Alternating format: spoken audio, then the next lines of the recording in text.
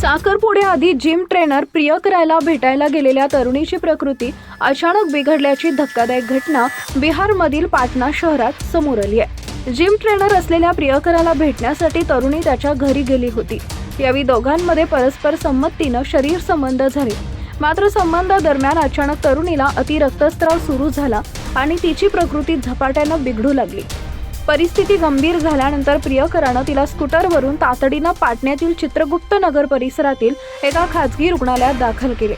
डॉक्टरांनी तपासणी केली असता तरुणीची अवस्था गंभीर असल्याचं स्पष्ट झालं आणि तिला ICU मध्ये हलवण्यात आलं।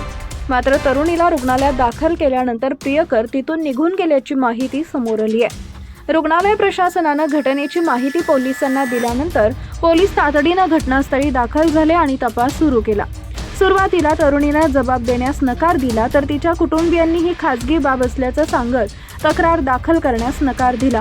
कुटुंबियांनी सांगितलं की तरुणीचा साखरपुडा अवघ्या 15 दिवसांवर आला असून पोलिसात तक्रार दिल्यास लग्न मोडण्याची शक्यता आहे, त्यामुळे त्यांनी कोणतीही कारवाई नको अशी भूमिका घेतली।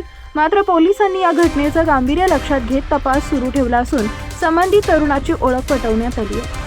पोलिसांनी सांगितलंय की तरुणीचा अधिकृत जबाब आणि वैद्यकीय अहवालाच्या आधारे पुढील कारवाई केली जाईल। दरम्यान ही घटना समोर आल्यानंतर परिसरात मोठी चर्चा सुरू झाली आहे।